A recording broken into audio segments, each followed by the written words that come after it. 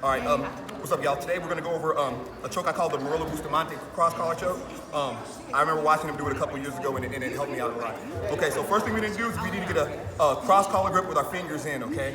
Now, for this position right now, he's guarding his collar like a lot of people do. Okay. What I'm gonna do is I'm gonna take the same side. I'm gonna match his arm, and I'm gonna take my elbow and put my elbow in the pit between his bicep and his forearm, right? And then I'm gonna match my forearm onto his forearm.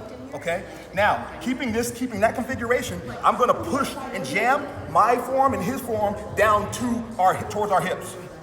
Right? That frees that area up so you can get that grip. Next thing I do is I reach in and I get a deep collar grip and put my knuckles to the mat.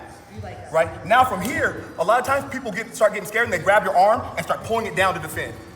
Right? Now, the cool part about this technique is all I need for the setup is for his elbow to be exposed and me being able to get my thigh under it, okay? So I'm here and he's pulling down. If you notice, his elbow is on my thigh. So what I'm gonna do, I'm gonna put my hand on the mat above him, keeping my feet in the same place. I'm gonna push my hip forward to push his arm up, and then I'm gonna cut my hip, get my hip on my wrist, get my outside leg. I'm gonna drop that down perpendicularly, laces down, and I'm gonna get my forehead and my arm on my hand on the other side. So he's holding down, up, and then I smash and lay it down.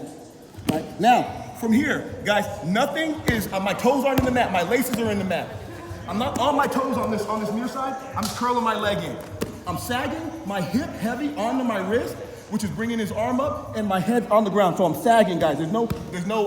I'm not pressuring anything, okay? Now from here, I'm gonna take my free arm, I'm gonna bring it to his forehead, the top of his head, I'm gonna pull his head to the side, curl my hand down, get a thumb in the collar. Once I have the thumb in the collar, I'm gonna come back to center, whip it, get my forehead right above him, and squeeze. Okay, so again, I match. Oh, we'll turn. Okay, so we're here. He's guarding his collar. I can't get to it. I match, get that in the elbow pit, push it down. Slide this in, get this deep, deep collar grip. Then they grab your arm and they pull it down.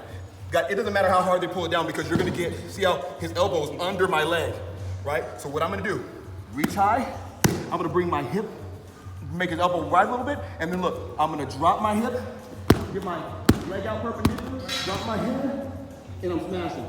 Now from here, I take my elbow, touch the top of his head, roll my hand into the thumb, get a thumb in grip, back to center, and I choke. One more time the other side. You don't do the hand defense? No. So